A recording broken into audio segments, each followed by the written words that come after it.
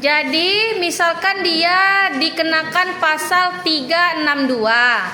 Kemudian begitu diselidiki, dilakukan pemeriksaan oleh kepolisian, ternyata dia bukan 362. Justru dia itu harusnya 363.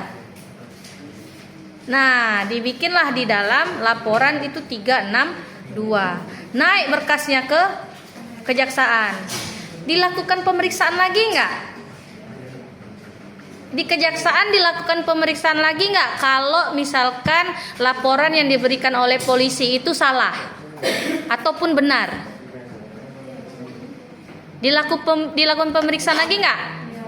Iya, kan udah dibilang di sini, landasan pemeriksaan di persidangan. Jadi sebelum dia naik ke pengadilan, maka berkasnya itu diperiksa lagi.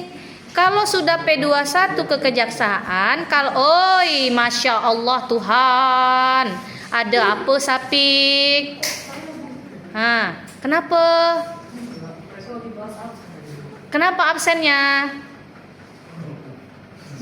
Kan? Nah, jadi misalkan nanti 362-nya ternyata ini enggak salah nih, unsur pasal salah. Maka berkas yang sudah naik bisa diturunkan kembali enggak? Bisa dikoreksi ulang dan dirumuskan kembali. Baru setelah itu dinaikkan lagi ke kejaksaan. Nanti baru diperiksa lagi, baru bisa naik lagi ke pengadilan. Barulah di pengadilan surat dakwaan itu di apa? Di apa? Di apa? Dijadikan landasan, ya Allah.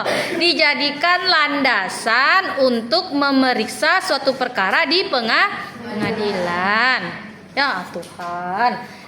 Dan kemudian baru dijadikan suatu pedoman. Pedoman mana? Penentu arahnya di mana? Oh ini, oh ya. Oke, kita lanjut ya. Itu dasar daripada surat dakwaan. Kita lanjut. Fungsi surat dakwaan bagi terdakwa. Apa fungsinya bagi terdakwa surat dakwaan itu? Ada dua.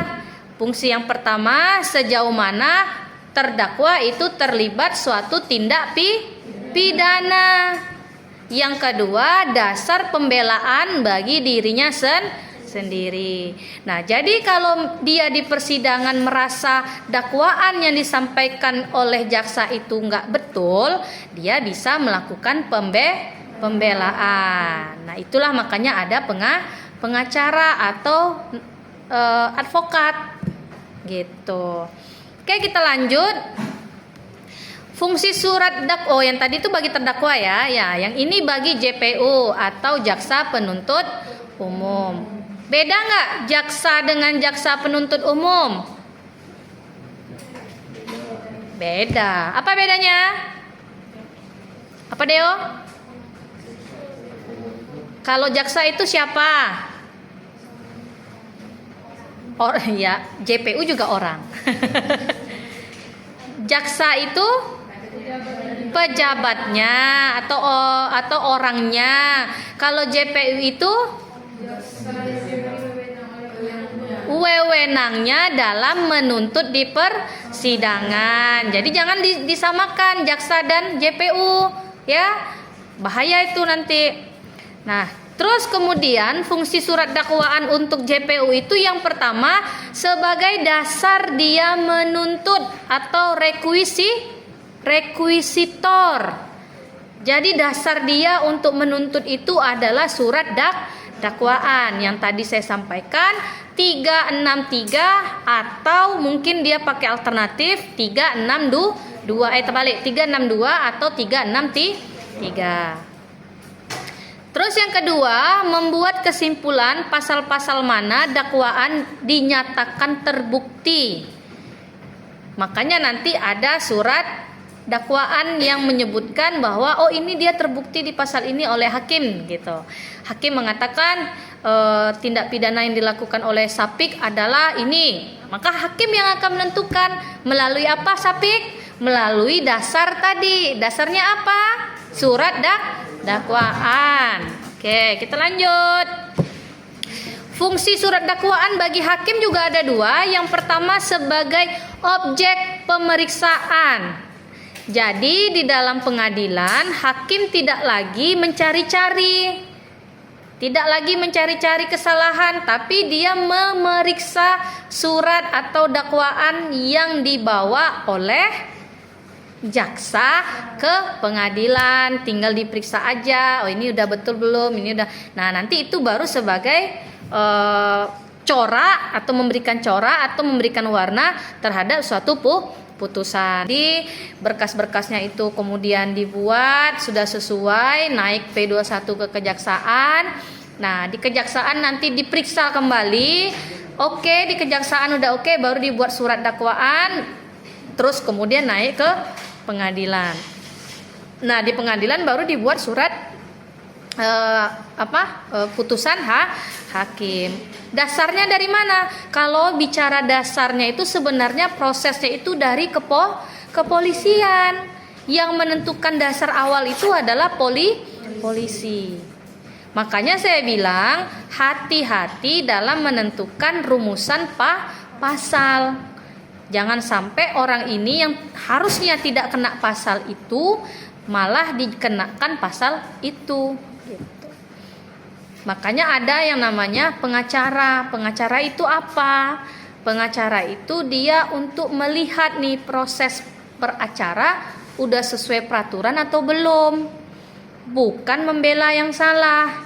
Nah, itulah persepsi yang sering terjadi di masyarakat yang mengatakan bahwa pengacara membela yang salah. Enggak, justru salah pendapat itu gitu. Pengacara itu melihat proses udah sesuai atau belum, karena kan kadang namanya yang meriksa manusia kan, peradilan manusia bisa aja salah gitu. Nah, syaratnya, silakan dibuka pasal 143 ayat 2. Di situ ada syarat-syarat formal untuk surat dakwaan. Silakan dibaca. Yang pertama memuat identitas. Itu syarat formal. 143 ayat 2. Apa di sana, Fitri? Nama lengkap.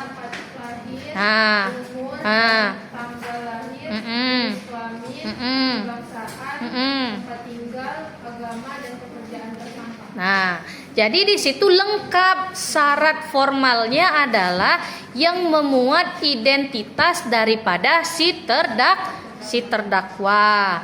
Nah, kalau syarat materialnya adalah uraian singkat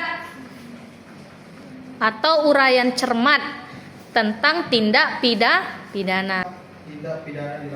Nah, di situ ada lokus dan tempus. Lokusnya di mana, tempusnya kapan, itu disebutkan untuk syarat material. Jadi surat dakwaan itu ada dua syarat. Ada formal dan ada material.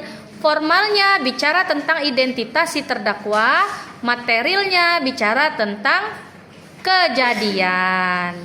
Paham ya? Oke.